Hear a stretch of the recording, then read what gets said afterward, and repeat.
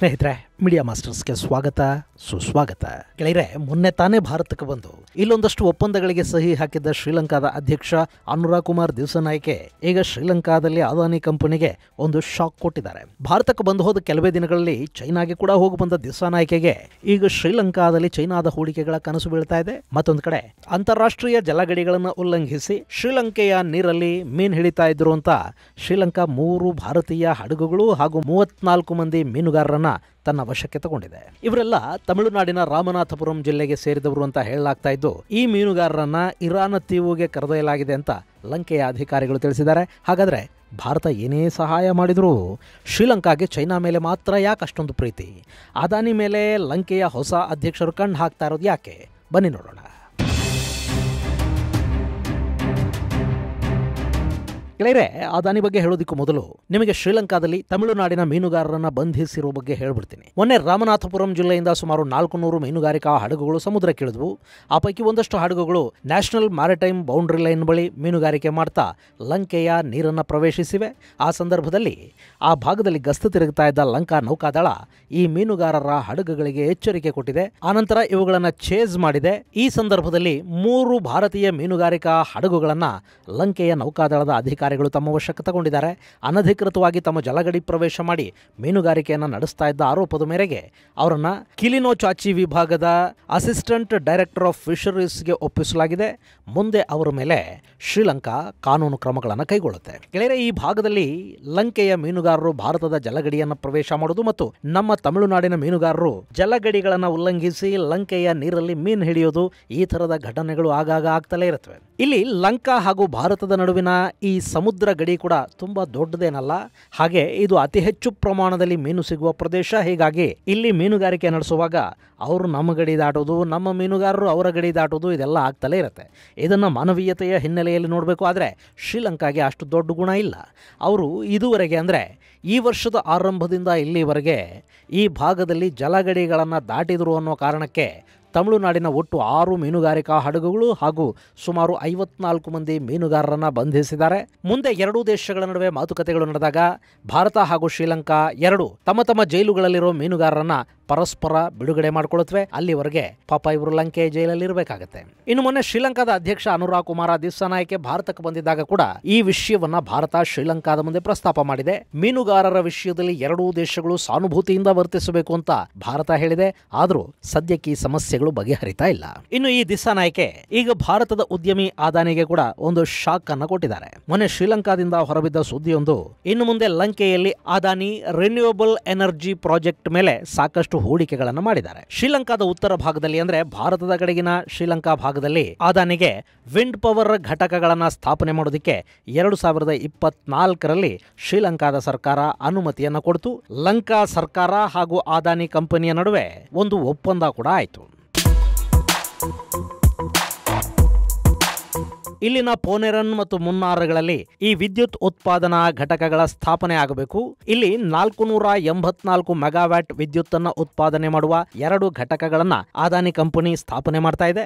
$740 million ಹೂಡಿಕೆಯನ್ನ ಇದರ ಮೇಲೆ ಮಾಡ್ತಾ ಇದೆ.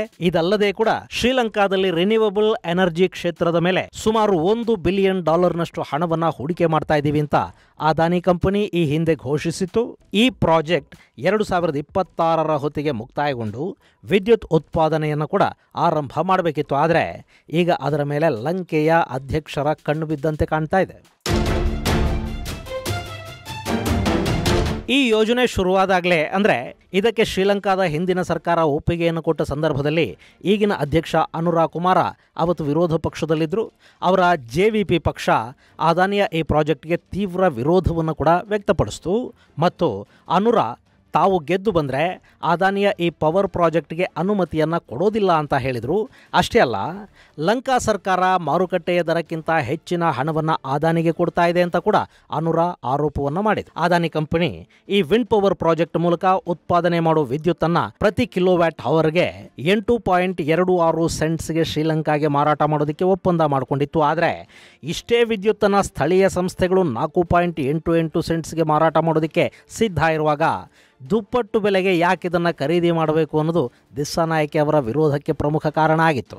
ಇದರ ಜೊತೆಗೆ ಅದಾನಿ ವಿಂಡ್ ಪವರ್ ಪ್ರಾಜೆಕ್ಟ್ ಅಲ್ಲಿನ ಪರಿಸರವನ್ನ ಹಾಳು ಮಾಡುತ್ತೆ ಅನ್ನೋ ಒಂದಷ್ಟು ಆರೋಪಗಳು ಕೂಡ ಪರಿಸರವಾದಿಗಳ ಕಡೆಯಿಂದ ಶುರುವಾದವು. ಅದರಲ್ಲೂ ಈ ಮನ್ನಾರ್ ಇದೆ ನೋಡಿ, ಇಲ್ಲಿಗೆ ಸಾಕಷ್ಟು ಪಕ್ಷಿಗಳು ವಲಸೆ ಬರುತ್ತವೆ.